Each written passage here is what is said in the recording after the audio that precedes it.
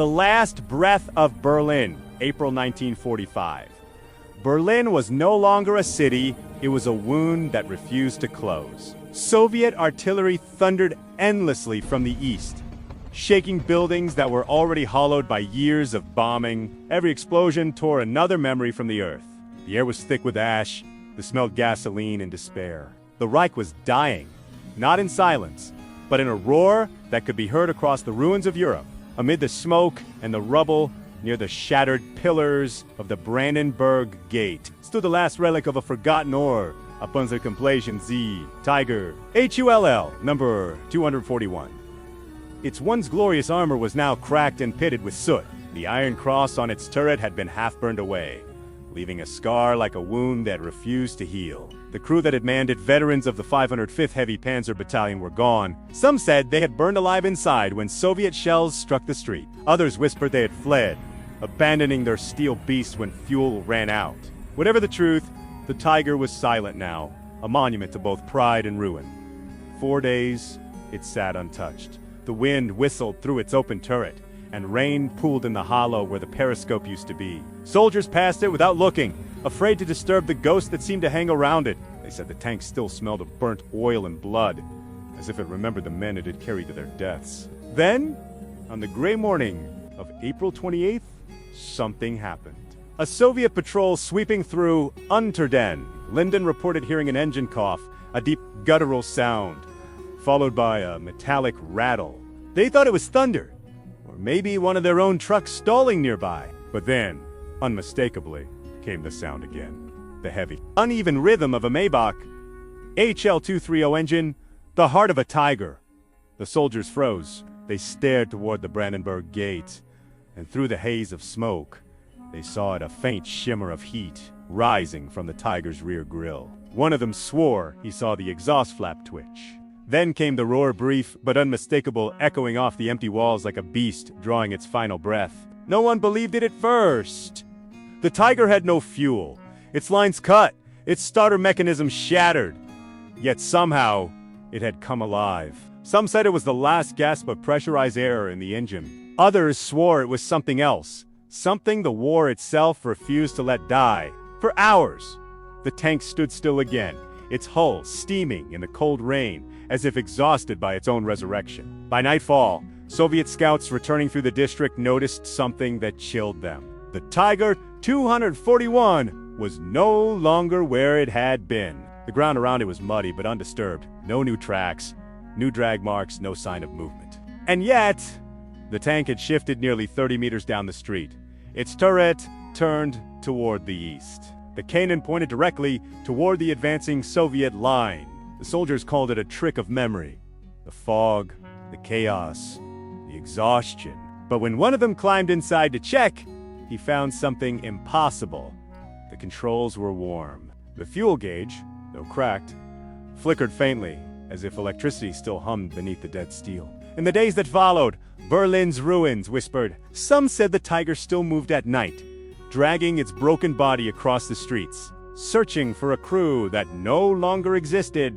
Others swore they saw its cannon rise slightly when the Soviet flag was raised over the Reichstag, a defiant gesture from a machine that refused to surrender. Berlin had seen ghosts before, men who refused to die, dreams that refused to fade, but none like this, none made of steel, oil, and vengeance. And in that haunted spring, as the fires consumed the last of a shattered empire, one truth seemed to echo through the smoke. Some engines are too proud to stop breathing. The ghost crew, the war had ended, but Berlin still smelled like death.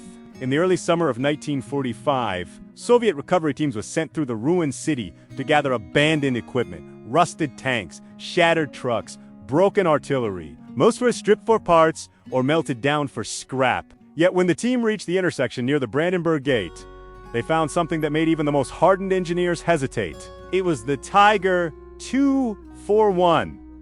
The tank was supposed to have been destroyed months earlier. Its hull bore the same scorch marks described in battle logs, and its turret was still frozen mid-turn. The cannon aimed east, but the scene felt wrong. The air around it was thick with the scent of oil, not old, burned oil, but something sharp and fresh, as though the machine had been running hours before. When one mechanic climbed onto the hull, he swore it was warm to the touch. Another claimed that, when he pressed his ear against the armor, he heard a faint hum like a heartbeat trapped inside the steel. The commanding officer, thinking it was just nerves, ordered them to open the hatch. Inside, the air was heavy with soot and decay. The seats were melted.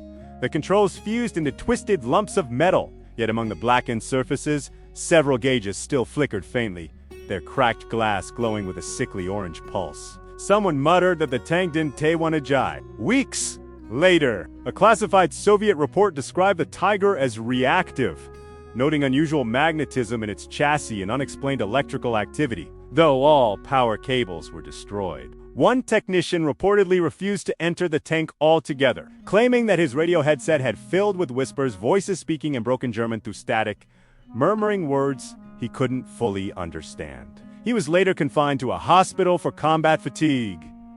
Years later, historian Dr. Emil Kruger uncovered fragments of testimony that seemed to give the whispers a face. Surviving veterans of the 505th Heavy Panzer Battalion recalled the crew of Tiger 241. 5 men bound together by duty and obsession. Their commander, Oberfeldwebel Franz Adler, was said to have sworn he would never abandon his Tiger, even if Berlin itself turned to dust. The machine knows us, he once told a fellow officer. If we die, it will remember. According to reports, the 241 fought to the very end, firing until its gun barrel split from heat. When Soviet artillery finally struck the street, the Tiger erupted in flames. The men inside never escaped. Their charred remains were supposedly buried in a shallow grave beside the tank. But when Soviet recovery teams returned after the war, they found no bodies, only scorched uniforms fused into the seat frames. It was as if the crew had been absorbed into the steel. And then came the strangest discovery of all. Hidden under the engine hatch, Soviet engineers found fragments of alloy that didn't match standard German manufacturing. Analysis showed trace elements of an experimental composite, a prototype developed in late 1944 by the HS Secret Research Division in Pune. The material was designed to resist heat deformation and had unique resonant properties under stress. One Soviet scientist wrote in his notes that it responds to vibration as if retaining memory of prior motion, a metal that remembers.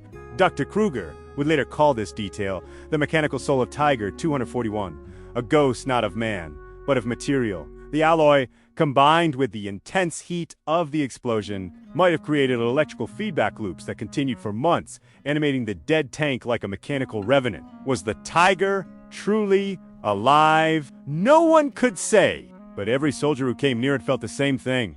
A pressure in the chest, a cold weight in the air, the distinct impression that the machine was watching them. Those who stood near its blackened hull swore they could hear it breathing slow, metallic, and patient, as if waiting for the order to move once more. Operation Iron Echo! In the spring of 1947, the world was still bleeding from the wounds of war, and the Soviets were determined to strip Germany of every secret it had ever hidden. Operation Paperclip had already spirited away many German scientists to the west, and Stalin would not allow Moscow to fall behind. Among the most unusual assets slated for recovery was a single, silent tank, the Tiger 241. Officially, it was to be transported to a research facility outside Minsk for metallurgical study. Unofficially, it was an obsession. Engineers who had inspected it in Berlin had written conflicting reports.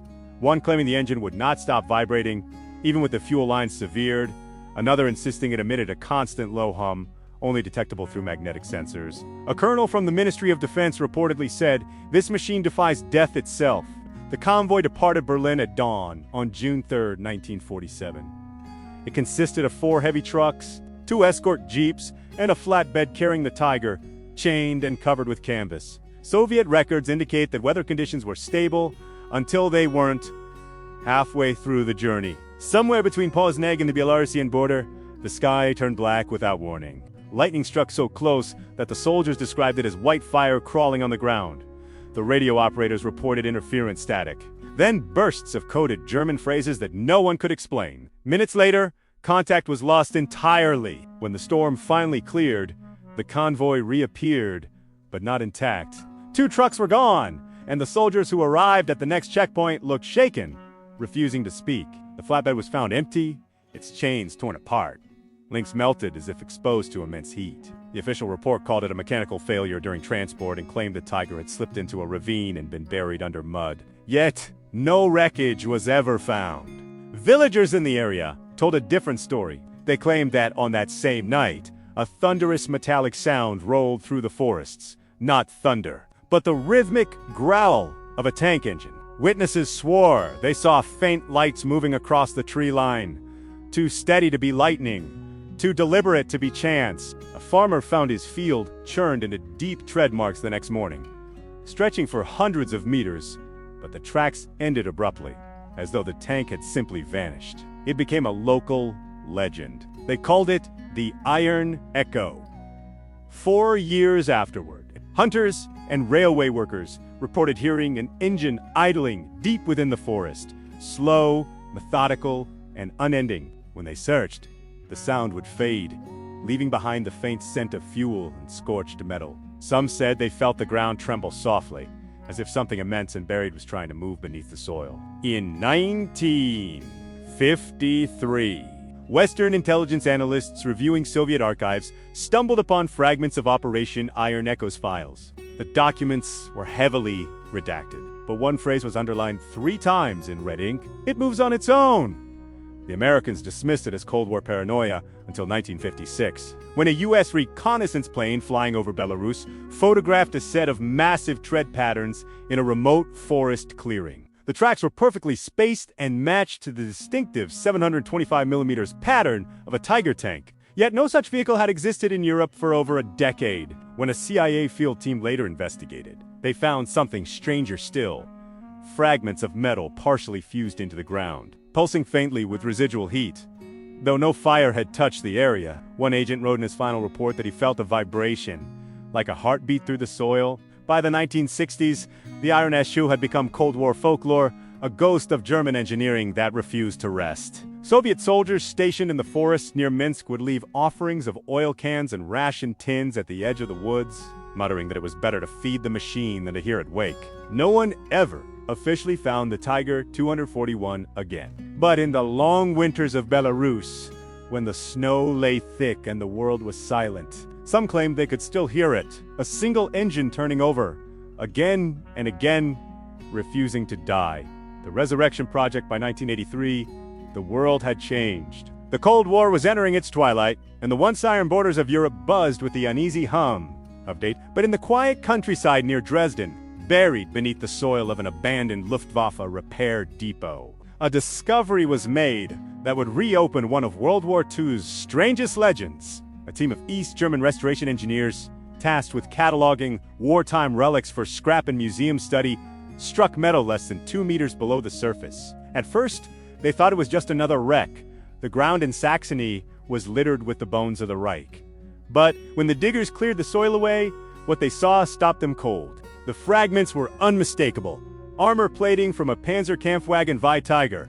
What puzzled them was the condition. The metal wasn't rusted. The edges were clean, almost polished, as though it had been placed there yesterday rather than nearly 40 years earlier. Even the serial markings were intact, etched into the surface as sharply as the day they were forged. Then came the engraving. Inside one of the interior panels, faint but deliberate, were the words "We're far and weiter, we keep driving." When the fragments were shipped to a classified military materials lab in East Berlin, scientists quickly realized this was no ordinary find. The alloy composition didn't match any known wartime steel.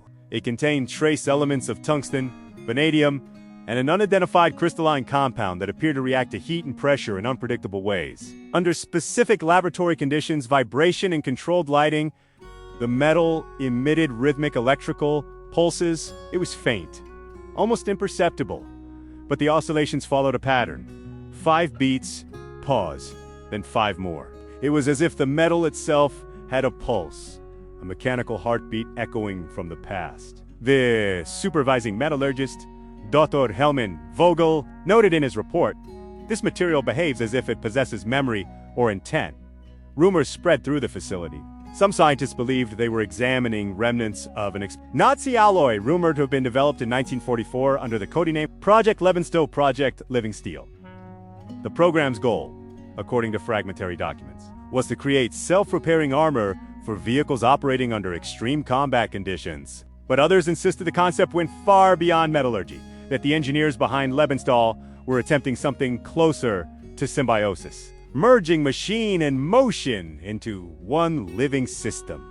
Shortly after Vogel's report reached Soviet command, the project was abruptly classified under Level Black. The fragments were transferred to an undisclosed location, the staff reassigned, and all physical documentation destroyed. Only a few microfilm copies survived, sealed in East German intelligence archives. For the next 6 years, no one officially mentioned the Tiger 241 or the so-called living steel, but as whispers faded in laboratories and archives, strange stories began to surface once more. Not in Berlin, but in the flat, windswept plains of Belarus. Farmers near Minsk reported hearing the sound of a large engine rumbling beneath the earth during storms. One man swore he saw exhaust smoke drifting from the tree line at dusk, though there were no roads for miles. Another claimed his tractor stalled whenever he worked near a certain patch of ground, as if something below was drawing the energy away. Soviet officials dismissed these accounts as superstition. Yet military patrols were quietly increased along the old transport route in 1947, the same route taken by the lost convoy of Operation Iron Echo. Then, in late 1987, a radar station outside Smolyavichi picked up something unusual. For precisely 7 seconds, it detected a moving object roughly matching the mass and dimensions of a heavy tank.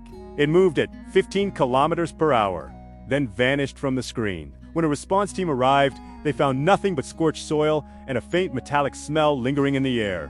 By 1989, as the Berlin Wall began to crack and the world's powers looked toward a new era, the files on Project Lebensdahl were quietly declassified but not released. They were simply gone, their catalog numbers erased from record. Still, for those who had seen the fragments, there was no doubt something had survived. Something old, something persistent, something that refused to die.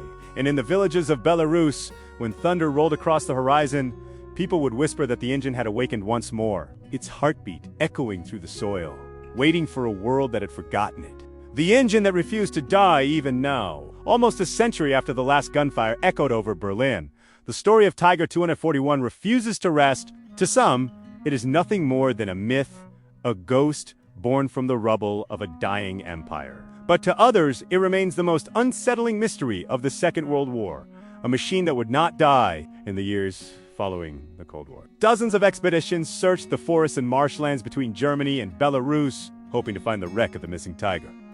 Some brought advanced ground-penetrating radar. Others relied on old wartime maps and folklore. A few returned with rusted fragments of track links or bolts that matched late-model Tigers. But none ever found a complete vehicle. What they did find, however, was stranger. Beneath layers of soil, instruments occasionally picked up faint magnetic distortions, rhythmic, pulsing, consistent with a large iron mass generating low-frequency vibration. It came and went unpredictably, sometimes lasting hours, sometimes only seconds. Engineers dismissed it as a geological anomaly, but locals had another explanation. They said the Tiger's engine still ran unseen, unheard by most, except when the winter fog rolled low over the fields. The legend became known as Das Hirschhostal, the Heart of Steel. They said the tank had absorbed the will of its fallen crew, men who refused to surrender, even as the Reich crumbled around them. Their loyalty, their defiance, their sheer obsession with survival had become part of the metal itself. The Tiger 241, they claimed, no longer needed fuel or men. It was driven by memory, by purpose carved into every welded seam. Skeptics, of course, offered rational explanations. Some pointed to the experimental alloys developed in Project Lebensdahl, which could react chemically to changes in temperature and humidity, producing faint resonant sounds when expanding or contracting. Others theorized that the vibrations came from hidden Soviet-era bunkers or underground pipelines. A few insisted it was all Cold War propaganda designed to spook NATO intelligence. Yet the stories never stopped. In 1991, during the breakup of the Soviet Union, a group of Belarusian loggers working near the Berezna River reported seeing tracks deep, wide, and freshly pressed into the frozen mud. They led into a wooded ravine and stopped at a dead end. No entry, no exit. When authorities investigated, they found nothing but crushed saplings and the lingering smell of diesel. 2 years later, a retired Soviet engineer named Mikhail Antonov released a short memoir claiming he had once been part of Project Echo, a classified effort to locate a self-sustaining armored vehicle of German origin. Between 1961 and 1964, his notes described a magnetic anomaly moving intermittently, as if powered by a source of non-chemical energy. The documents were dismissed as fiction, yet his descriptions of the coordinates matched exactly. The area where villagers claimed to hear the engine, for historians, the Tiger 241 remains both a mechanical enigma and a spiritual metaphor. Was it merely the echo of machinery left behind, or something deeper? The ghost of an idea that refused extinction? Because perhaps the truth is this: the Tiger 241 was never about steel or oil or engineering genius. It was about willpower. A machine born in an age of madness, shaped by men who believed their creation could defy death itself. And in some twisted, impossible way, maybe it did. Today, in museums and restoration hangars across Europe, dozens of Tigers sit in silence, preserved, reconstructed, admired, but enthusiasts sometimes swear that when you stand close to their engines, the air changes. You can almost feel a pulse through the metal, faint but steady, like a living thing holding its breath. Maybe it's just imagination, or maybe somewhere in the forests east of Berlin, one Tiger still waits its armor, cold, its gun, silent, its heart still beating slow and steady beneath the earth. Because wars may end, empires may fall, and machines may rust, but the will that built them docen, te always fagi. Some engines were never meant to stop. Some engines remember. And this one, the Tiger 241, refuses to die.